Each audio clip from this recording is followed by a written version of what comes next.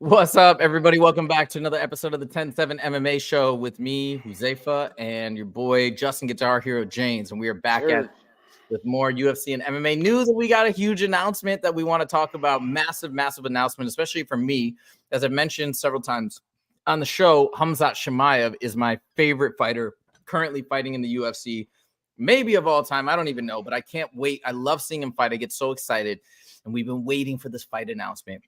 And finally, I think it was yesterday or 2 days ago, Dana White announced the UFC Saudi card on June 22nd. Let me double check that date. I believe it's June 22nd, right before International Fight Week. Okay, let me see this. June 22nd, Saudi Arabia, UFC.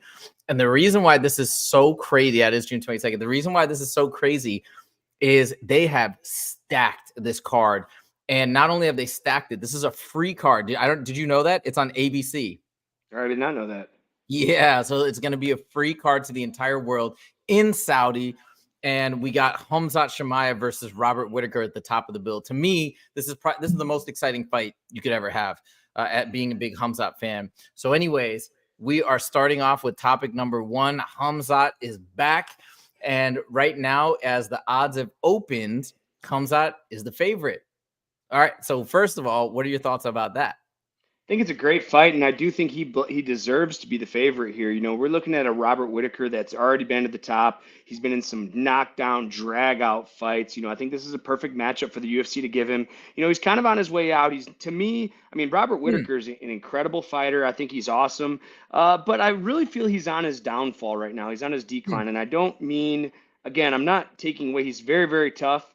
He's an awesome fighter. But, you know, all fighters have a shelf life, man. And, you know, I just feel he's on the backward, the end of this. And where you have Hamzat on the other side, he's still on his uprise. He still has all that momentum. He still have all that clout that, you know, he's living up to. He hasn't lost yet. He's undefeated. This is a perfect matchup for him. You know, a guy that's already been there, former champion, you know, kind of like when he fought Usman, you know, last, you know, on short notice. This is just like one of those fights. I don't really believe Robert Whitaker is a championship contender like he used to be. He's very, very tough, and he's still a great fighter, and any fighter can show up on any day and beat anybody at that level. Unfortunately, I just don't think it's going to be his day. I think Hamzat's going to come in here and clean house and just to get one more step closer to the UFC championship. So I do think Hamzat is going to win. I agree with you 100% there. I don't know about your take on Robert Whitaker being on the downslide. I mean, but I get what you're saying. I know he's been there, done that, but he's still so relatively young. He's coming off an amazing. I thought he came off had an amazing win against Paulo Costa. Paulo Costa when he fought on what's called Volk's card. I don't know. I feel like he's looking really good, but I still think Hamzat's going to have the advantage and he's going to come out on top. I want to take a moment to reflect, and that's because I just think Hamzat is that good.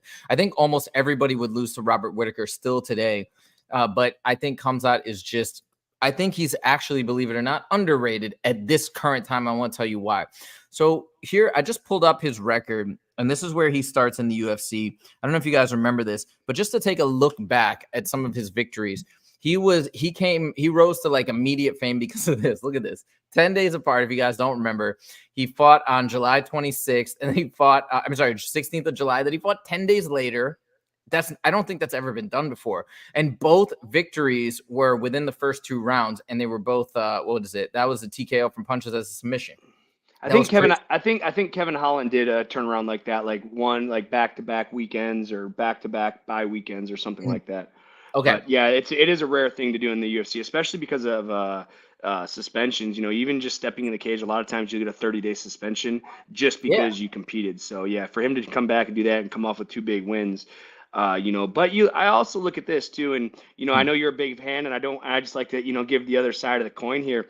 He beat Gilbert Burns. You know, he beat Kevin Holland. You know, and I'm looking at your list and Usman, but how many of those were short notice fights? I know Usman was a last minute change. Kevin Holland, I mean, it's a perfect matchup. Kevin Holland is an incredible striker. You know, losing his last fight as well. I mean, not that impressive a win. Now Gilbert Burns took him into some deep water. Gilbert Burns tested his heart, tested his will. Out of all his wins, Gilbert Burns, even over Kamaru Usman, Gilbert Burns is the most impressive win I think I see on his resume.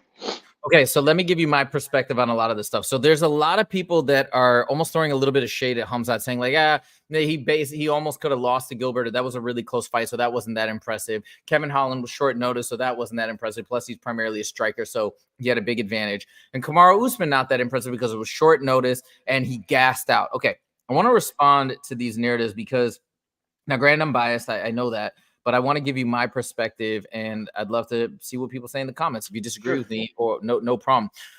If we're talking about Gilbert Burns, his coaches said immediately after that fight that he did not follow the game plan, meaning he got into an all-out brawling war, which was against the game plan. So whatever you want to say about that, he still won, and Gilbert is an insanely competitive fighter. And that was, what was that, back in 2022? I mean, Gilbert's still amazing. Granted, he lost to Jack Della Magdalena, if I'm pronouncing that right.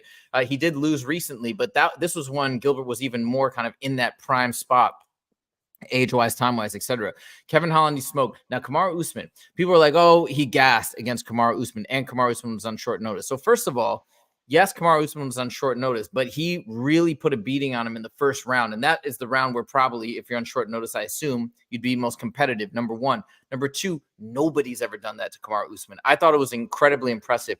And last but not least, number three, people say he gassed, and they are forgetting that he immediately said after the fight he thought he broke his hand. Now, he didn't break his hand, but he suffered an extreme injury to his hand where he could no longer punch. That's why, with one of his hands, that's why I think it looked like he gassed. So my point, coming back to all of this, I don't think we've ever had somebody, look, if you look at his two first wins, his win against Gerald Meerschaert, where then he moved up in weight class and had a first round knockout, not a submission, a first round knockout. And then if we also look at the amazing performance against Kevin Holland, etc. Oh yeah, that's sorry. Somebody's at the door. Yeah, you can, it's Agent Jazz. It's all good. So if you look at all of these, if you look at all these victories in that context, I think we got to step back and give him his credit and realize how dominant he is and really how impressive he is. So I think it makes sense why the odds are the way they are. Even though Robert Whitaker is unbelievable, I just feel like Hamzat is going to come out like a bat out of hell. The last thing I want to say is that when you listen to people talk about gym stories at his gym, they often talk about Hamzat as having an unlimited gas tank, wanting to go and go and go. So I just don't think that narrative that he gasses out after the first round, I just don't think it's true. What do you think about that? When people say, Yeah, I agree. You know, and actually, I've never heard anybody say. I mean, even regardless if he, gassed out against Kamaru Usman, like, dude, I mean, any day, like, there are days where I have the best training camps and everything is going perfect, and next thing I know, I'm fucking halfway through the first round, and I'm like, man, why am I so fucking tired? And then there's days where I take a short notice fight, like Frank Camacho, where I wasn't in that great a shape, but man, I felt like I could have went for 3 hours straight. Every day your body just reacts different, man. And maybe maybe the nerves got to him. Maybe he's, hey, I'm fighting a former champ. There's so many variables that people just don't understand, man. And I hate it when people credit to like, oh, well, maybe he wasn't training hard enough. Maybe he was training his ass off. And unfortunately, his body just didn't wake up that day, man. And I'm not gonna credit one gassing out, round or one fight to the guy's credibility. The guy's awesome, man. If he was going to gas out, he would have gassed out in that Gilbert Burns fight. And, and although I did think he won that fight, it's one of my favorite fights. I remember watching it cage side. I was actually cornering a fighter, and I got to watch it cage side. It was just an incredible, incredible fight, man. And that really was my test to see that Hamzat is the real deal, man. Gilbert Burns is fucking tough. I know he's on a little bit of a skid now, but he's one of the greatest to do it, man. He went in there. And Gilbert Burns showed up, man. He showed up. He brought the fight to Hamzat. You could definitely see the size difference if you remember. But prior to the fight, Hamzat walks up to him and goes, "Oh, brother, you small, you small." Hey, well, small or not, he took the fight to Hamzat, and it was one of my favorite fights of all time.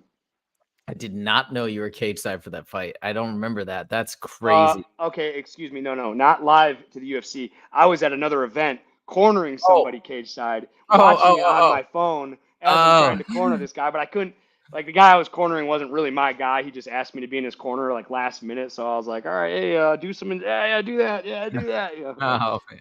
Wait, but now Hamzat's trained at Extreme Couture. I know he trained with Sean Strickland. Did you get to spar with him or train with him at all? No, I never did. I try to. I'll be honest. I avoid people like him because I don't know how. For one, he's huge, And for two, a lot of guys just will come into a gym like that and just fuck up whoever there. And he's so much bigger than me. Like, I walk around at 180 pounds, 5'7", and standing next to him, we were on the same mat together. He's just so much bigger. He has to be over 200 pounds. Mhm. And that's just, as I get older, I mean, maybe if I was younger, I may have, tried to jump, take a bite out of it. But as of now, man, I got to be particular with my partners because I'm not trying to get injured. Yeah. And I heard Sean really enjoyed sparring with him from what I've heard in interviews, and they kind of like go at that same intensity, which is 100% or something close to 100%. So anyways, this is exciting. This is huge. If you don't know much about Hamza, you probably do though. If you know anything about MMA, he's probably arguably the biggest star in the UFC out after Conor, in my opinion. And I think maybe he's lost some luster just because he's been out of the mix, theoretically having visa issues and whatnot. That's why we haven't seen him fight in a while. At least that's the theory. But now he's back. Lo and behold, he's in a fight card outside of the US in Saudi. And the theory is that if he wins this fight and he can get a quick turnaround, he's going to be on that Abu Dhabi card later on in the year. So hopefully we'll get 2 fights out of him this year, which would be phenomenal. Last but not least, we lost Justin, but I'm sure he'll be back. Last but not least, this has been officially stated as a #1 contender fight. So the winner of this fight is going to fight Duplessis, I assume, is going to be fighting Israel Adesanya. And the winner of that will probably be fighting the winner of Hamzat versus Whitaker. So there's all sorts of amazing outcomes. We could have Hamzat versus Duplessis, Hamzat versus Israel, which would be amazing. I think that would be a really, really cool fight. And obviously, we all love Robert Whitaker, so we'd love to see him get back. And that's the one thing, right? I'm almost always rooting for Robert Whitaker. This is going to be the one time where I'm obviously going to root for Hamzat. So this is huge, huge, huge news. I'm very excited, and it's going to be free on ABC. All right, moving on to fight number 2 that we're going to talk about. This is also on the ABC card in Saudi. Shara Magomedov, okay? And if you guys don't know about this guy, I pulled up a little bit of a clip. So this is, I think what's so fascinating about this fighter, well, one of the things is that he's basically only got one eye. Now, he can still see, I believe, like a bit with his eyes. So he does technically have 2 eyes, but he's known as like the one-eyed kickboxer. So look at this. And I think the other thing that's interesting is he's Dagestani. And so everybody's like, oh, he's a grappler. No. He is a kickboxing master. All right, so we're just gonna show you some highlights here. I'm gonna mute it, but you can check this out. I mean, dude, it's just so fun to watch his striking. And that's him with the red hair and the red beard. Boom. All right, so these are straight kickboxing matches. I'm gonna fast forward a little bit so we can see some of his MMA stuff. And actually, there was a really cool one that I was watching where somebody tried to get him in the clinch. They tried to wrestle him against him. It's this guy here. Watch this. All right, so this guy was trying to close the distance because he knows, the striking ability. See, there you go. He's throwing leg kicks. Look how he just flicks those kicks. I want to know your thoughts. Look at that. Look at that. Did you see that side kick? Oh, yeah. It looked like an oblique kick of some sort after his round kick. And then that's strange. Look at this. He hits him with an uppercut. Just a nice, quick uppercut. Look at this. Wow. Oh, no, it's an elbow. It's an elbow. It's an elbow. Watch this. I saw it. Watch this. Wow. Boom. Oof. Man, just perfect. Just perfect. Okay. So this is the guy. Now he's had a couple fights in the UFC. There he is. So whatever this championship is, he won. Now, I think he's had one fight in the UFC and he won. But he's coming back. And the guy who he's fighting is Ihor. Here, let me show you some of his highlights. Ihor Potieria. Okay. So this is the guy that he's, oh no, this is the Octagon interview. Let me see if I can find a quick clip. Here we go. Oh, this is Ihor getting knocked out. Okay, there's not much to see there. Anyways, all right, let's go back to the main guy we want to talk about, Shara Magomedov.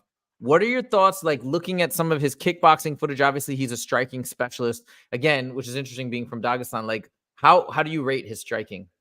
I mean, it looks great right now, but again, he has to test it against somebody. It's hard to give any credibility until you're in the big show, man. And, he is 1-0 in the UFC. When they fought, I think it was in Dubai, he was on the card. He looks incredible, but I need to see more of this kid. I need to see more of what he can put together against high-level opponents, because we all can look like world champions if we're fighting scrubs. And, that guy that that you showed that knockout to was kind of just walking into his range, which to me, with his hands down at that too. So it kind of just shows me a little bit of elementary. Like I said, I want to see this guy against another high-level striker. I hate that his last name is Magomedov. I'm so sick of hearing this name. Every time I open a card, there's 7 Magomedovs on the card. And honestly, it's turned me away from the sport. And Really? these guys, yeah, it really has because, dude, there's just so like I know this sounds stupid, but every time you look at a car, there's Magomedov. All right, which one? And then there's 100 of them, and I just don't even personally care to. And I'm sure he's great. He is great. Look, I mean, he's fucking an incredible kickboxer. And with that being said, from Dagestan, I'm sure he has wrestling and grappling. I'm sure he's not Yeah. an idiot on the ground. It's just. But again, I don't know. The Magomedov name is just being there's. It's just so much, or got. I don't know, man. It's just there's no authenticity anymore, man. There's no like Hamzat is that's I understand why he's your favorite because he's a character. He has a personality. He has an interesting name. He has all these things. But just another Magomedov. There's no matter how good he is, it's hard for me to get excited about these Russian fighters because they're all really tough guys, and I'm not taking away from their technique or their credibility as fighters. I'm just Mhm. kind of sick of seeing the same name, and I'm sure he doesn't speak English, so I'm not going to relate to him there. And That's I just really don't care to watch foreign fighters to fight. It's all the same interview. Oh, brother, we come, brother. It's maybe just because I hear it every day when I'm at Extreme. It's hard for me to get excited about these guys because they're all super, super tough, but they just don't have any personality, and it's just hard for me to get behind them. Well, I think that you feel that way because of the language barrier. And a lot of times, imagine once, what's it called? Habib, for example, once he started learning English and got really good, how fun was his interviews and his press conferences? And I mean, I Yeah, thought they were amazing. Hamzat, I his agree. press conferences are incredible. Yeah, like there's some similarities, but I feel like a lot of these guys are just straight to the point and they say it how it is. And that's always really fun from a spectator perspective. Now, this guy, he may not know English yet. I'm really hoping that they start getting on this in terms of training him. And, you saw Piotr Jan at the last press conference. He's busting Yep. out English. How much more fun was it to watch him speak English? And you see his personality. Like he's funny. He's really entertaining. So that would be really cool. By the way, I wanted to show you Ihor Potieria. I don't know if I'm hoping I'm pronouncing that right. That's who Shara Butin or Shara Magomedov for short is fighting. He's got a 20-5 record. He's coming off a win, but he did have 2 losses in a row, and it looks like he started in the contender series and then kind of has had 5 fights in the UFC. Now, I don't know if that informs you too much, but this is going to be an amazing fight again. Shar is undefeated, and his kickboxing is it's so smooth. And for somebody like me, training kickboxing, yeah, it's really fun to watch. Sorry, what were you going to say? Yeah, personally, looking at his record in the UFC, he's 2-3 in the UFC. I think he's just being served up right now. I think they want Magomedov to win. This guy he's really tough. He's very technical. And again, just because I don't care for the guy doesn't mean he's not a tough fighter. I'm not taking away his credibility as a fighter. He'll probably come in there and starch me. There's no doubt about it. Mhm. But just for my excitement wise of these fights, it's just like he's being served up. This Pottiera guy, like I said, he's 2-3 in his last 5, all in the UFC.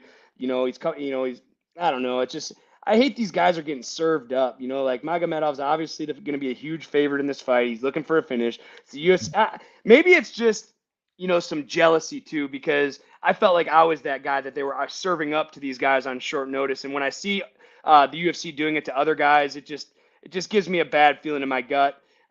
Just because it's like, man, obviously, Ihor is being set up. Obviously, he's going to be a huge underdog. Obviously, they're hoping Magomedov goes in there and starches him. And Yes. being on that side of the coin, personally, I just don't like seeing that, man. And I hate when the UFC does this, but this guy's an awesome fighter, man, and I'm sure he's going to come out and he's going to show a lot to the world. And hopefully he can. I don't know if he'll be able to fight in the US because you have to pass a vision test. With that being said, the UFC setting up knockout highlight reel fights for this guy. So maybe he can start knocking people out. And maybe if he learns English, maybe I'll come around to him. That's one thing, I study Spanish and, Poquito Espanol. And it's like, I know how hard it is to learn another language and to understand, let alone, speak back. So when I see like Peter Yan going out there and trying to break his English, man, and I know how hard it is to learn a new language, and I know how hard it is, how much time it takes to put in. I mean, this is something you have to do every day. This is a skill that if you don't do it, you could do it for 10 years and then stop doing it for 5 and possibly forget how. And for to see these guys, like Habib, I thought did an awesome job. Obviously his English is great. I just can relate to guys so much more when they can speak English. And I've said the same thing too before. I think it makes the sport just better all around. I'm not trying to diminish the effort that it does take. Obviously, it does take effort, and I'm not trying to say that hey, this language is whatever ranking, things like that. But I've made that point before that it's all about connection, and that's one of the most fun parts about the game is hearing fighters talk from the heart without a translator, with that intonation and everything. So. Yeah, hopefully that does happen. Amazing UFC Saudi fight. There's other amazing fights on the card too, by the way. Volkov is fighting Sergey Pavlovich, I believe. I'm pretty sure that's also on this. I mean, it's crazy. We're not going to talk about all of it today. We'll talk more about it as we get closer, but it is a wild, wild announcement. And that's the week before International Fight Week. So lots of crazy fights coming up. All right.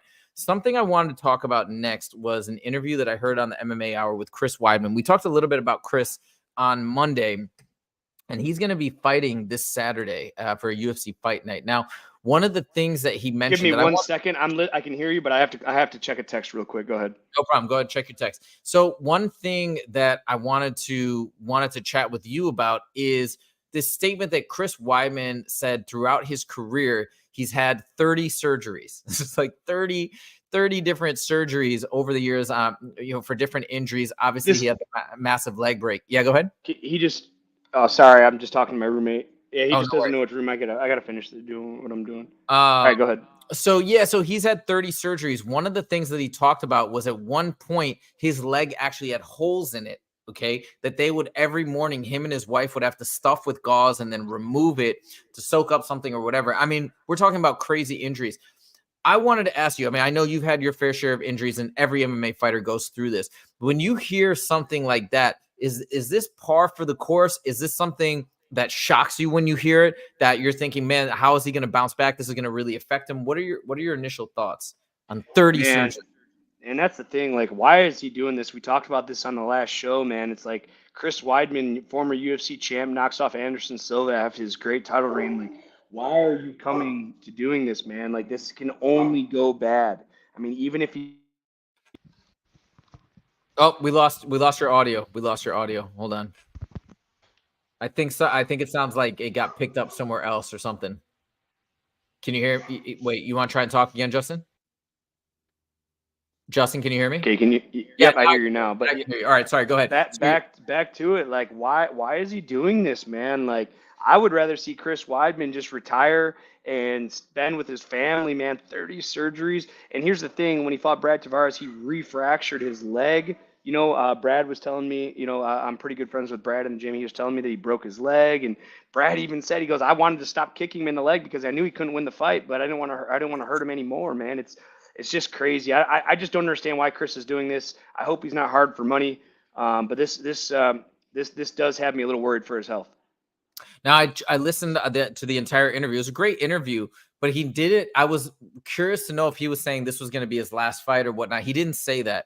So maybe I don't know what his plans are. Maybe he didn't want to put it out there. Maybe he is planning to retire after this and wants to give it one more go. I don't know. And I don't know what it's like to be a fighter. I know you always to say that fighters should get to go out on their own terms. Like you supported Tony Ferguson fighting as long as he wants to. Now, obviously he hasn't had the same trauma. It sounds like that Chris Weidman has endured, but it sounds like now, with that being said, though, I support Chris. If he wants to fight, get out there and fight, bro. I don't ever want anybody telling me that, oh, you can't do this anymore. Fuck you. If I feel physically and mentally good enough, and that's the thing as a fighter, man, like once you're a fighter, you're always a fighter. You know what I mean? Like you just don't wake up one day and be like, all right, I'm retired. I'm not a fighter anymore. No, you always have that dog spirit, that hard work ethic that you to bust your ass, and you always want to compete no matter what. Even when I fucking lost 5-6 fights in a row, dude. And all I could think about is when's my next one? When's my next one, dude? Even now, like I've had 2 fights fall through in the last month, man. It's like when I'm jonesing, man. And I know from a financial standpoint and from a physical and a mental standpoint, it's not my best route. But it's an addiction, dude, and I totally understand where Chris is coming from, and I'm hoping maybe he just wants to get back in there, get a win, and go out, with a win. Who's he fighting? Oh, I can't remember the name. Hold on, let me look it up. I know we talked about it last time, Chris. Why? I'll tell you in 1 second. He's fighting Bruno Silva. Yeah, I don't know much about Bruno, but I'm hoping that Chris can get in there. I'm hoping he gets a win. I'm hoping, Joe Rogan's going to interview him and he can retire on the mic. I just think that would just be an incredible way to go out. And I really hope, after being a UFC champion, the UFC does him a favor and gives him a favorable matchup. So, if Chris Weidman thinks he can fight, I support it. I just hope he's not doing it for the wrong reasons. Sadly, now I don't know how much weight we give this, but Bruno Silva is the favorite, minus 235. Not crazy odds, but he is minus 235. So I don't know. I guess we're gonna have to wait and see. But yeah, we're all big Chris Weidman fans, everybody in the MMA community, and let's see what happens. By the way, as an aside, I did forget to tell you this. You remember the guy at Pete's gym that you were sparring? He's apparently fighting in Bare Knuckle FC in the next month. Shit. He's fighting in the TKFC? Yeah, he's fighting on the card with Mike Perry. Pete told me the other day. So hey, whatever hey, he's got some Hey, cojones. he can scrap. There's no doubt about it. He just doesn't. I mean, I guess I've just been around the world. I've been to a lot of gyms. It's just not how I like to. Of course. So if someone comes to my gym and they want to work, hey man, I'm going like, all right, dude, I'm not gonna fuck them up. Now they hit me hard. Now we're fighting, but I just that's why I was really hesitant about sparring. That day, I was just like, I don't know, because I knew it was gonna happen. The guy walks over to me and goes, I want to spar with you. It's like, all right, I already know how this is going to go. And sure shit, 2 minutes later, here we are fighting.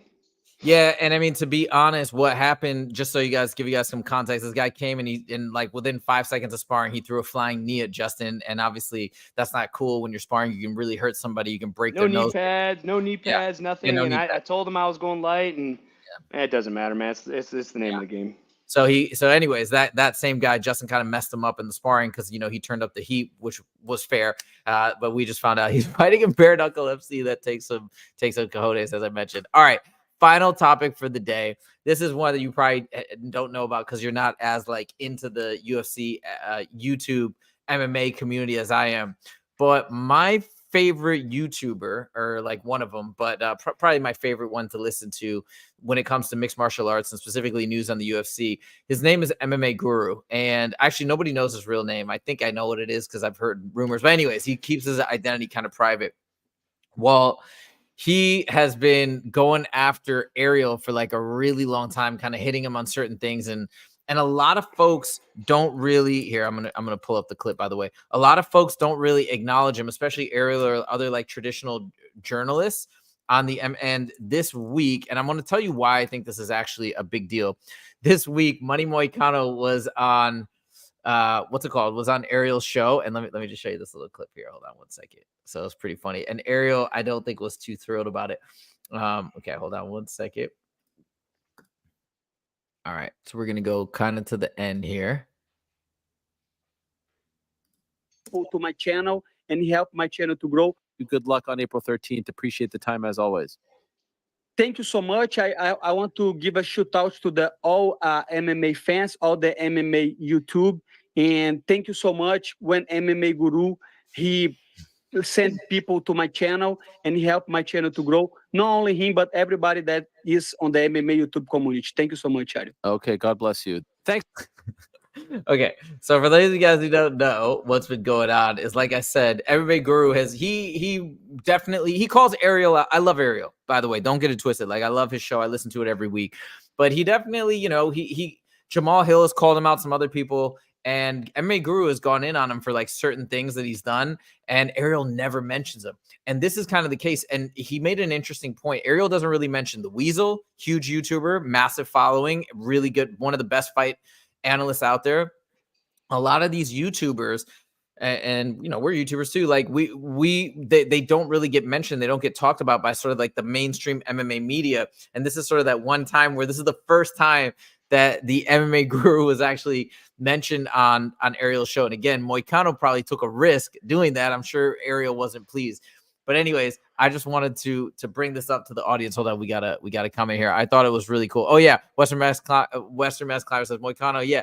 By the way, Money Moicano, if you guys don't know, he's now on UFC 300 fighting Jalen Turner. But anyways, I thought this was a really cool moment. And again, a cool moment for us as well, as it's sort of showing like the merging, hopefully, of the traditional mixed martial arts media and what we're trying to do here.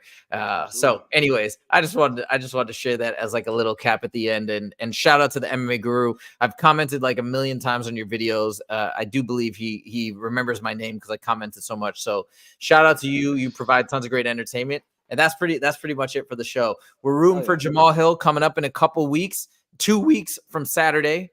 Have you had a chance to talk to Jamal Hill? I heard on the interview today with Mike Bisping that he's back in Michigan. Have you talked to him lately? I have not. I have not. I haven't talked to him in a couple weeks. Last time I saw, I think he was sparring Sean Strickland. I think I texted you like, dude, I'm watching Sean Strickland and Jamal Hill spar right now. That was the last time I saw him. Yeah, he's doing. That's one thing I appreciate about Jamal Hill more than most fighters. Is this guy? He's Michigan born. He's Michigan raised. He's with the same team, the same coaches that he started MMA with in Grand Rapids, Michigan. And Yep. I just have so much respect for that because you get a lot of these guys jump ship. And you know, I mean, I moved out. Dude, my MMA gym was 2 hours from where I lived. Then my grappling gym was an hour. So there was so much driving around I had to do. That's why I moved to Vegas. I could work and train under the same roof. So, you know, I don't want to say I bailed on my guys, but anybody that can stick around in their hometown and continue doing what they're doing, it's really impressive. And Jamal Hill's done just that. And you can tell that's the type of guy. He's a loyal guy. He's just straight shooter, and that's what makes him so awesome. So hopefully you guys watch some of his interviews and get to know him a little bit better. Last but not least, Western Mass Climber says we're close to 200, and that's right. If you're watching this video and you haven't subscribed, make sure to click that subscribe button. We want to hit that 200 mark. We take every milestone, no matter how big or small, with a lot of gratitude. So that'd be amazing. That's it for our Friday show. Thank you guys so much for joining. If you are new, make sure to click subscribe, and we'll be back on Monday. We have shows every Monday and Friday at 1:30 p.m. PST. We do it live like this, and we'll be doing a ton of content the week of leading up to UFC 300. Thank you guys so much for joining, and we will see you in the next video and episode. Take it easy. See you guys.